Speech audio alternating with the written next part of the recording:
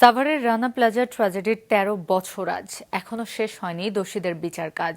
সকালে নিহতদের স্মরণে শ্রদ্ধা জানাতে এসে পুনর্বাসন ও ক্ষতিপূরণের দাবি জানান আহত ও নিহতের পরিবার। সাভার প্রতিনিধি সৈয়দ হাসিবের পাঠানো তথ্যচিত্রে ডেস্ক রিপোর্ট। সময় চলে গেছে এক যুগেরও বেশি।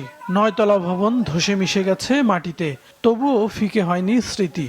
রানা প্লাজা মূর্তিমান বিভীষিকা হয়ে রয়ে গেছে নিহত ও নিখোঁজ শ্রমিকদের স্বজনদের মাঝে। ১৩ বছর পরও রানা প্লাজা ধসের সেই স্থান ভারী হয়ে উঠেছে শোক ও ক্ষোভের দীর্ঘ নিঃশ্বাসে। ম্যাট্রিক পাস করে আইলো রানা প্লাজার কাজ করতে। বাবা আমার যখন ভাইয়া পরে বাবা সিঁড়ি ছিল আমার বাবা কেউ বের করে দেয়নি।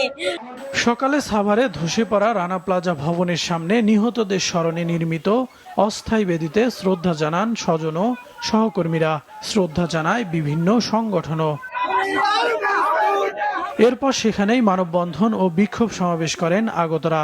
দাবি ওঠে আহত ও নিহত শ্রমিকদের যথাযথ ক্ষতিপূরণের। হাজারো শ্রমিক হত্যার সঙ্গে জড়িতদের সর্বোচ্চ শাস্তি চান ক্ষতিগ্রস্তরা। চক্ষু বিচার আমি চাই, আমার ক্ষতিপূরণ করে দিতে হবে। আমার শ্রমিকদের মজুরি বাড়ুক, শ্রমিকদের যে ক্ষতিপূরণ পাওয়ার কথা সে ক্ষতিপূরণ পাক, শ্রমিকদের পুনর্বাসন হোক এবং মালিক তার বিচার হোক। এই সরকার বিশেষ ট্রাইব্যুনাল গঠন করে এই রানা প্লাজা শ্রমিকদের ক্ষতিপূরণ, পুনর্বাসন, সুচিকিৎসা নিশ্চিত করবেন। ক্ষতিগ্রস্তদের পুনর্বাসন ও দাবি দেওয়া পূরণে প্রয়োজনীয় ব্যবস্থা নেওয়ার আশ্বাস দিয়েছে উপজেলা নির্বাহী কর্মকর্তা। সরকার পরিকল্পনা করছেন এখানে রানা প্লাজায় যারা ক্ষতিগ্রস্ত তাদের পুনর্বাসনের জন্য, এবং সরকার এই বিষয়টাকে অত্যন্ত গুরুত্বের সাথে বিবেচনা করছে বলে আমি মনে করি। ২০১৩ সালে সাভার বাজার বাস স্ট্যান্ডের পাশে ৯ তলা গার্মেন্টস কারখানা রানা প্লাজা ধসে পড়ে। প্রাণ হারান ১,১৩৮ জন শ্রমিক, আহত হন প্রায় ২,৫০০ জন। এ ঘটনায় হত্যাসহ মোট ৫টি মামলা হয়।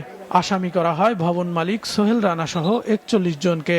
একমাত্র ভবন মালিক ছাড়া অধিকাংশ আসামি জামিনে মুক্ত। কয়েকজন ছেড়েছে দেশও। মামলাগুলোর ৬০০ সাক্ষীর মধ্যে সাক্ষ্য নেওয়া হয়েছে মাত্র ১৫০ জনের।